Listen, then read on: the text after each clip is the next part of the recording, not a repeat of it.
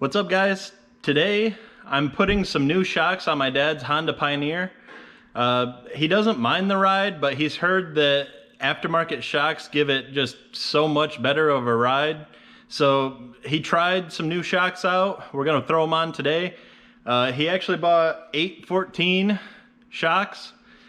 They seem to be really good quality. I'm excited to see how much smoother it can ride. This is my dad's 2021 Pioneer. Right now it's just got the stock shocks. These are pretty weak. There's no real adjustment in them. They kind of are what they are. I talked to the owner of 814 shocks and he said that the factory shocks are really light and kind of floaty, but they counter that by using the sway bars, and that's how they achieve kind of a comfortable ride. But he's saying that his kit comes with a little bit stiffer spring that's valved correctly, and really running no sway bars is probably the best way to go. It's kind of up to you whether you want to use sway bars or not, but he said he would not take the sway bars off of a stock machine, but once you get the aftermarket shocks, that's definitely a good option.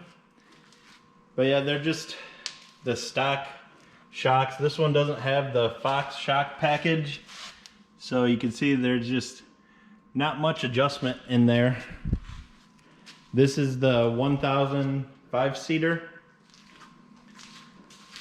It doesn't do too bad on the trail, but if it could be a little bit more comfortable, that'd be welcome for sure.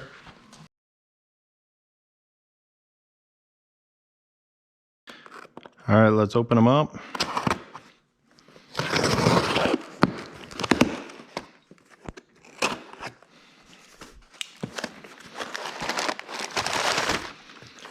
So I've already got the front ones open, so these must be the rears. I'm gonna put the front ones back in their box because this number tells you if they're the front or rear.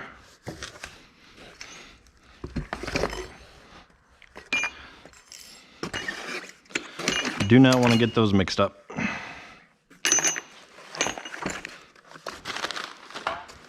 Okay.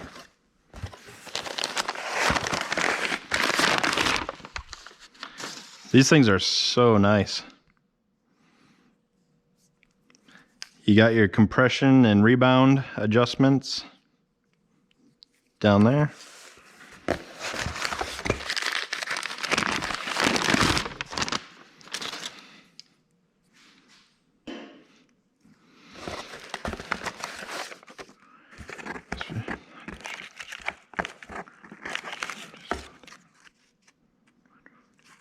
Anti-seize must be applied to the shock threads before adjusting ride height.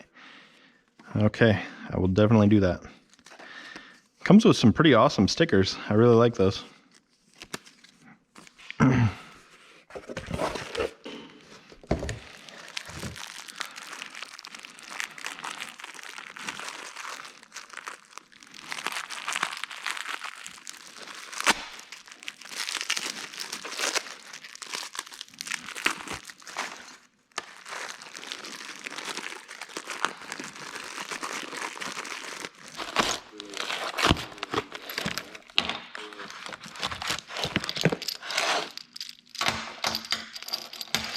I thought I had a paper that told us how to do it.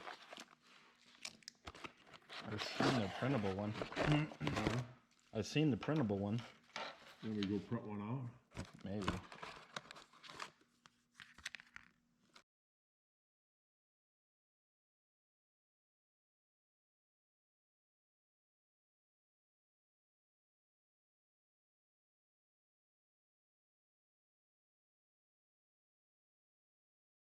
First, we'll put this locking nut on. Make sure the raised edge here is going to go towards this lock nut when it's on. So we'll slide it on with the raised edge pointing down at the shock eye here.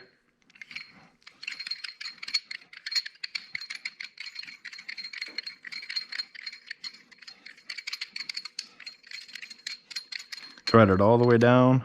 Now we'll put the compression nut on, thread that all the way down till we get on against that locking nut.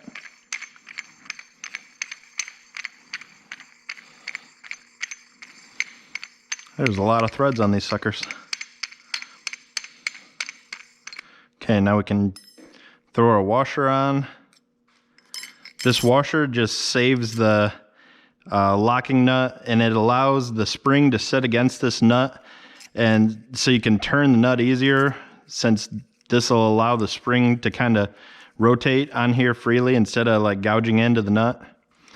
All right, now we're gonna pull this out here a little bit, move the rubber bumper down, and that's where this spring rest goes there, just like that. I am gonna have to take this piece off before I actually put the spring on.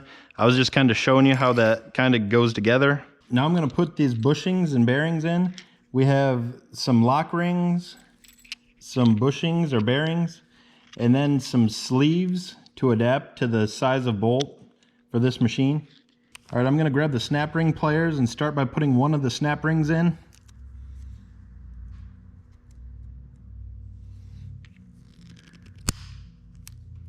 Of course.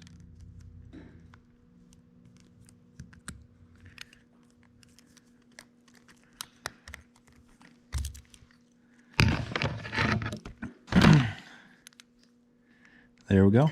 So that snap ring's in. So that's gonna hold our bushing or bearing into place. This is a really tight fit, but it slid right in. Cool.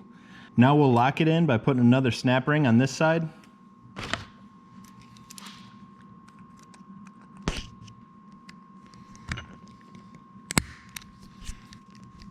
Not quite. There we go. There, that one's in there. Now, when you install these, the sleeves go right inside that bearing there. And there is a little bit of play. All right, I'll jack this thing up. Get the shocks off it.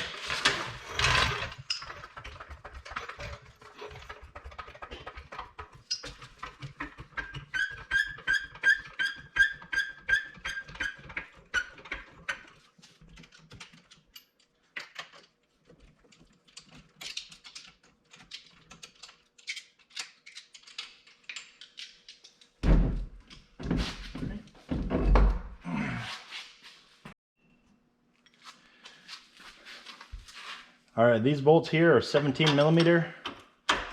Get those off of there.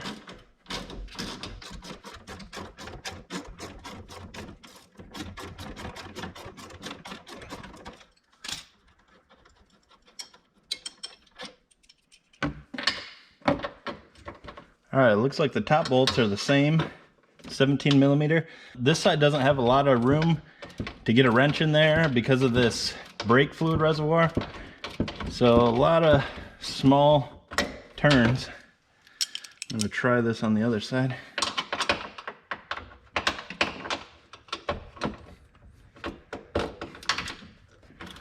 Yeah, that's a little better.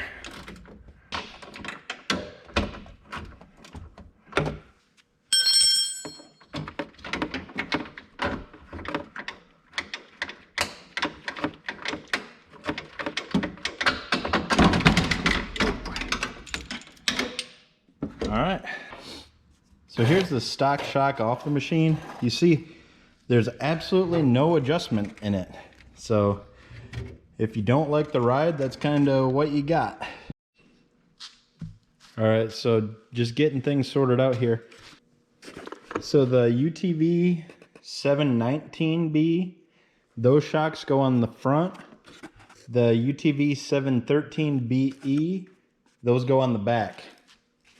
And the 12 DP 400 springs, those go on the rear, and the 12 DP 350s, they go on the front.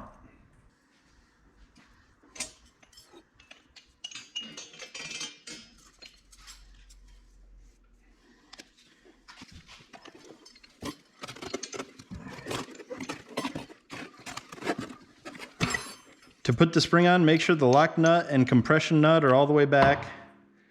And then pull the shock all the way out until it stops. Slip your spring over. Get it kind of seated.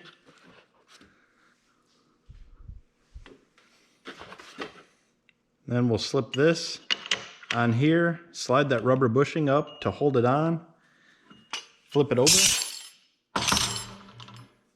and then we will tighten the compression nut,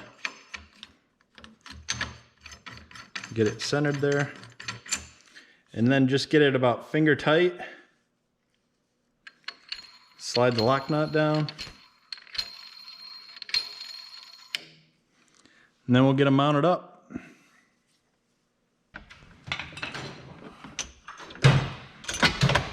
There.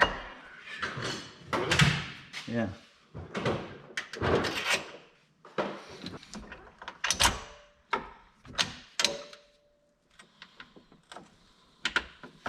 There. You have a nut for that, or you got one? I got one.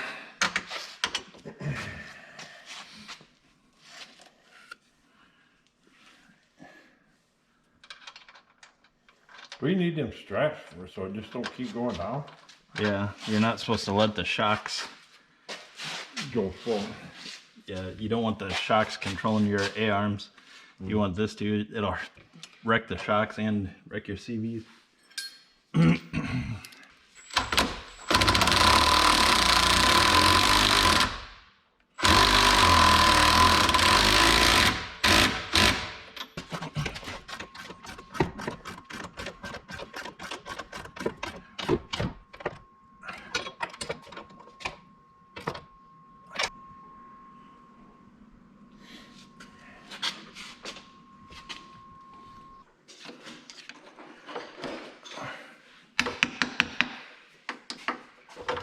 There we go.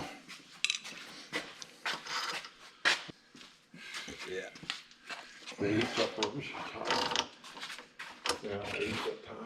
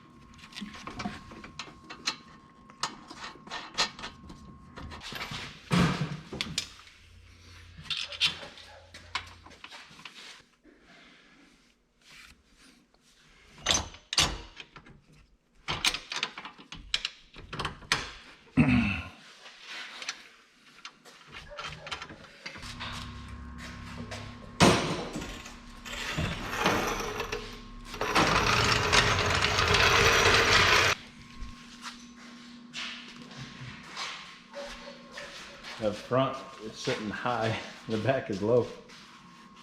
What's that? The front's up way high, the back's low.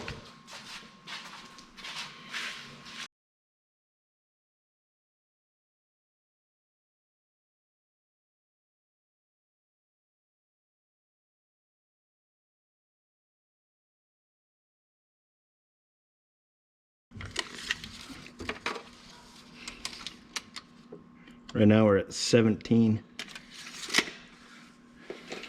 You got that wrench? Probably ½ inch.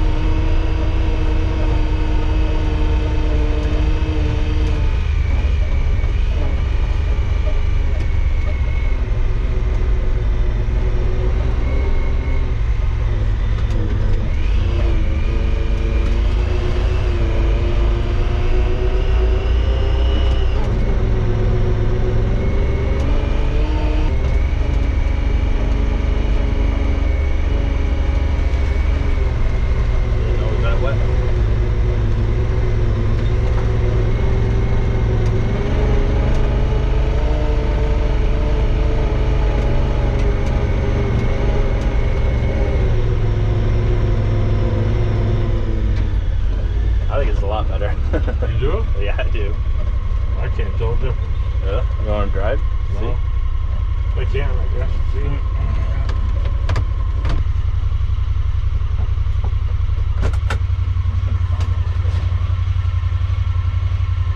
I thought it felt a little floaty. Well, I thought it. Maybe. I think that's a compression. Tighten up. I think for me, I'd do a little more compression.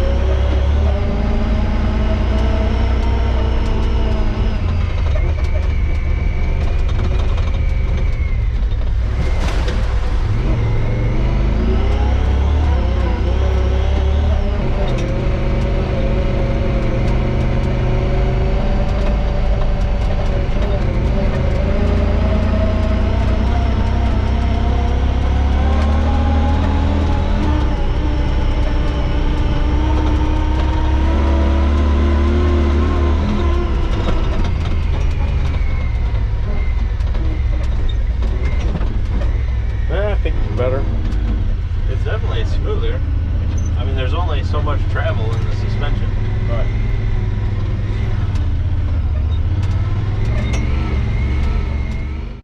All right. I think the 814 shocks made a huge difference in ride quality on the Pioneer. I could notice it immediately. On normal bumps that you're bracing for impact, it was just smooth and nice. And I felt like I could drive a little bit faster. It did feel a little bit more floaty, but I think that might be some of our settings. I think we need to dial the shocks in a little bit more, or maybe I'm not used to it. The YXZs are very stable and planted.